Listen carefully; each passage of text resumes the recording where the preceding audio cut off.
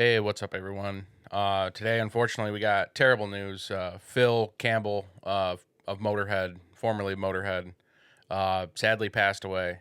Um, Real bummer, man. Most of the Motorhead alumni is gone. Obviously, Lemmy, Filthy Phil, the Animal Taylor, um, Fast Eddie Clark. Um, there's the original three are gone. Wurzel is gone. And now, sadly, Phil Campbell, one of the two younger members that have ever been in Motorhead, are gone. And it's a bummer, man. It's too young. Dude was born in '61, so he was 65, not even 65. Like it's just brutal. It sucks. I wanted to do this video because I'm a huge Motorhead fan. Actually, I try to wear a different shirt every video because I have so many shirts, and I've worn a couple Motorhead shirts, or at least one so far in the month long, that the channel's been going. But I had to today bust out my Orgasmatron shirt because it's one of my favorite Motorhead albums. And it's the first one that Phil Campbell played on. Phil Campbell came into the band after Another Perfect Day came out in '83, and him and Wurzel joined, both of them on guitar joined in '84.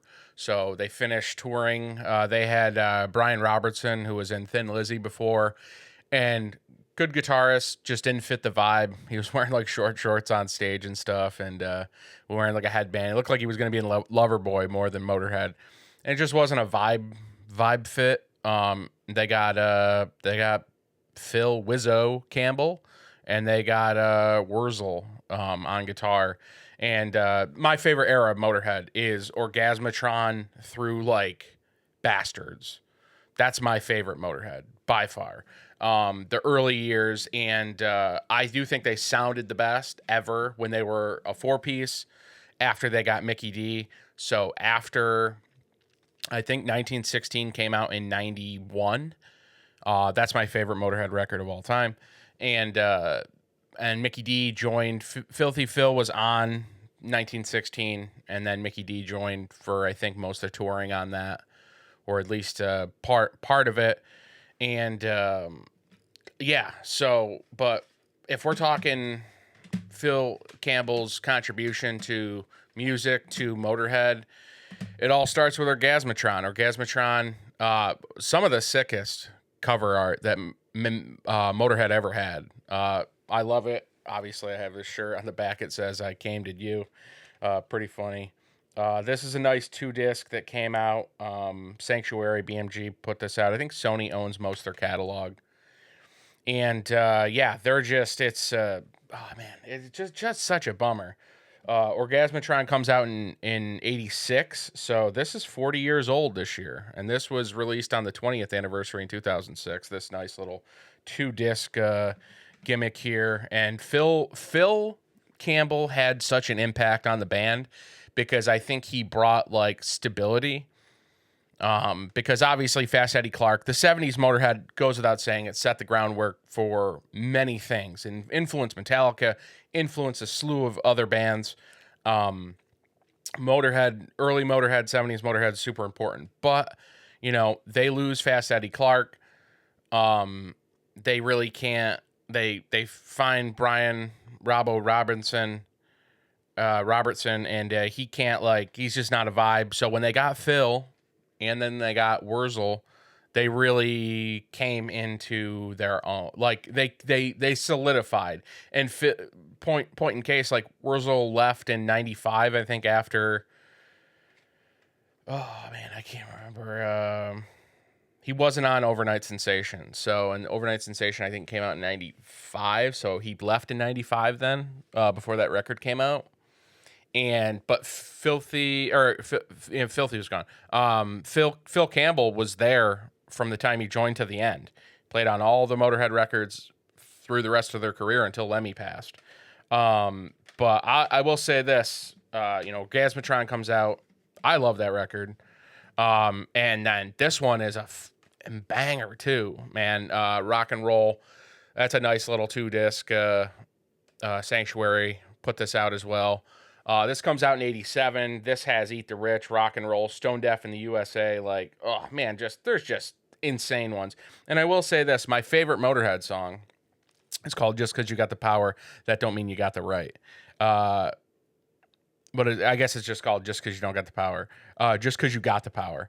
And all the live versions of that song, especially as they get into the 2000s and the mid 2000s through the rest of their career, they kind of slowed it down like a measure, or whatever it's called. I'm a singer. I don't know. Like they slowed it down like a beat and a half and turned it into a total like bluesy, like a pissed off bluesy song. There's live versions of that song that Phil makes that song because his guitar playing is just it's so sick. That's my favorite. I love hearing like later era Motorhead play that song. Yeah, it's so good. But that's got a live version on it. This has got a bonus tracks on it. This came out after Orgasmatron in '87, and then they don't have a release until they actually signed. This was their major label debut, as it were, WTG Records.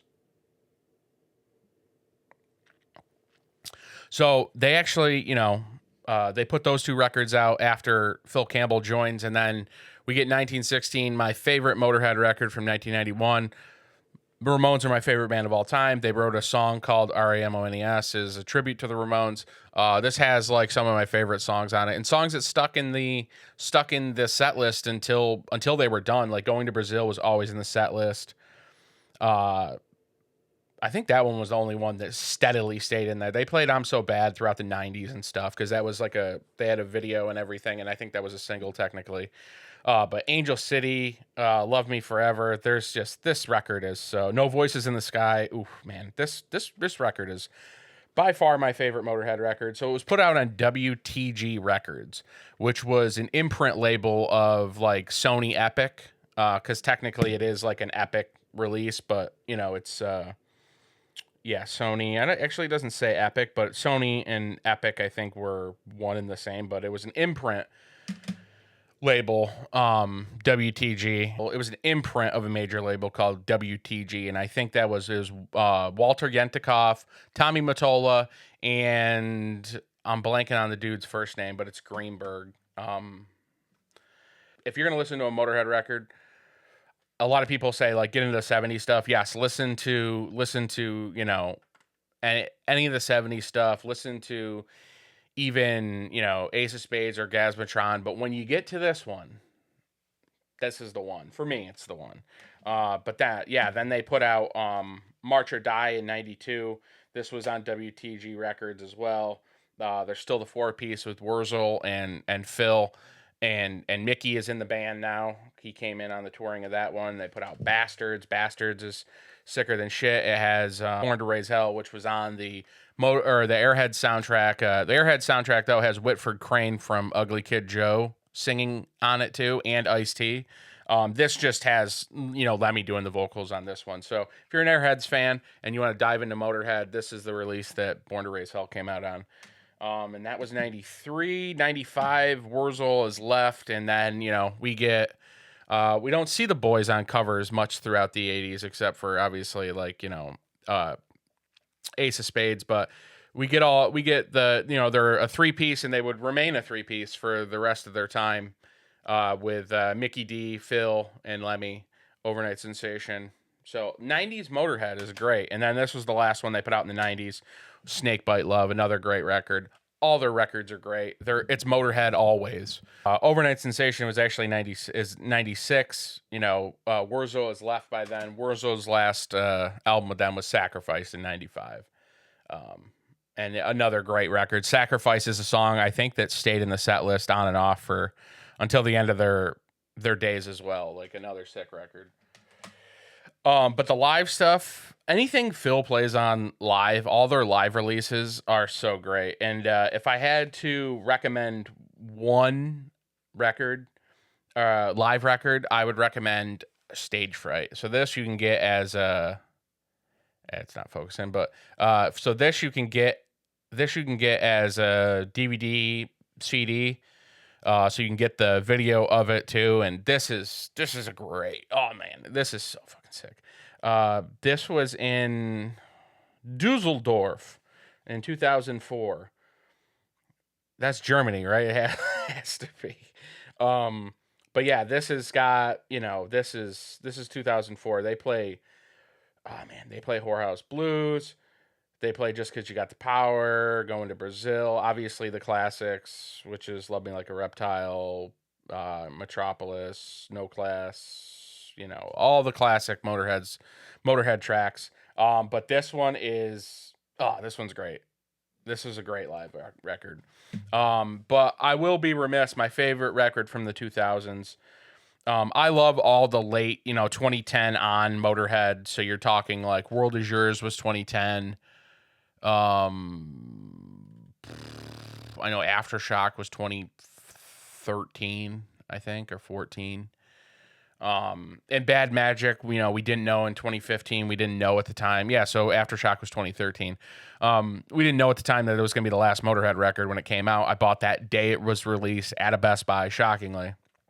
Went and bought Bad Magic the day it came out, not realizing or appreciating that it could be the last Motorhead record, and it indeed was, unfortunately. But my favorite record from the 2000s is actually Inferno. This record is a mother effing smoker of a record.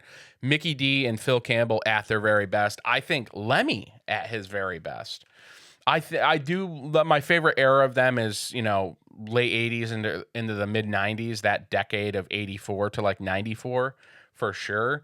But as a trio, when they returned as a trio on Overnight Sensation in 96, man, this is like Terminal Show, Killers, In the Name of Tragedy, and then Whorehouse Blues closes it. It's like an acoustic, like bluesy, like ode to strippers and hookers and drinking and all the stuff I don't partake in, but I'm a huge Motorhead fan.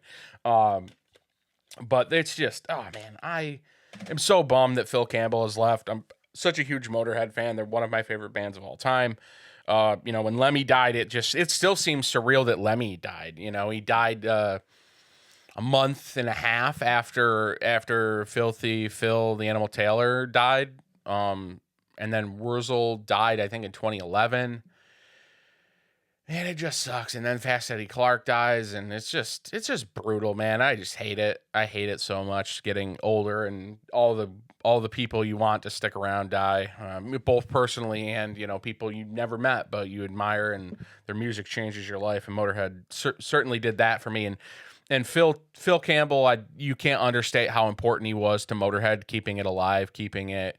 He was the longest tenured member behind Lemmy. That says literally everything. So rest in peace, Phil Campbell. Go listen to some Motorhead. I own everything. There's a lot of like different live releases and comps and stuff coming out now that Motorhead is not obviously active.